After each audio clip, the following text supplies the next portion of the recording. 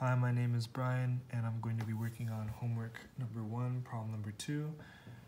We are given that the wave speed on a string under tension is 200 meters per second. What is the speed if the tension is halved? So we are given the initial velocity of the wave is 200 meters per second, and that the final tension is equal to 1/2 the initial tension of the string, and also that because it's the same string, the linear density does not change, so initial and final are the same. So the way we can relate the initial and final after having the tension is by looking at mu here.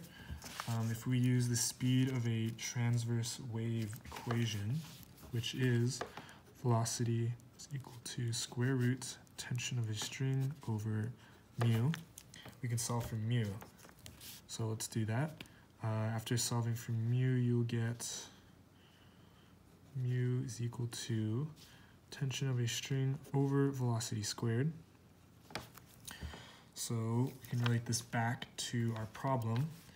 So initial tension of a string divided by the initial velocity squared is equal to initial linear density, which is equal to final linear density, which is equal to tension of the string final over final velocity, which is what we want. So now we can go ahead and relate these two.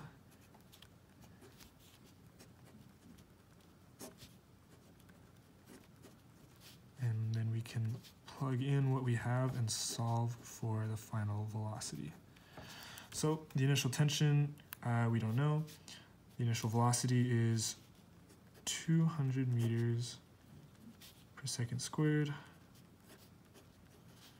And this is equal to, the final tension is 1/2 initial tension over what we're solving for, which is the final velocity squared.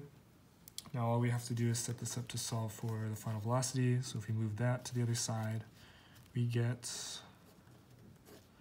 final velocity squared times initial tension over 40,000 is equal to 1/2 initial tension.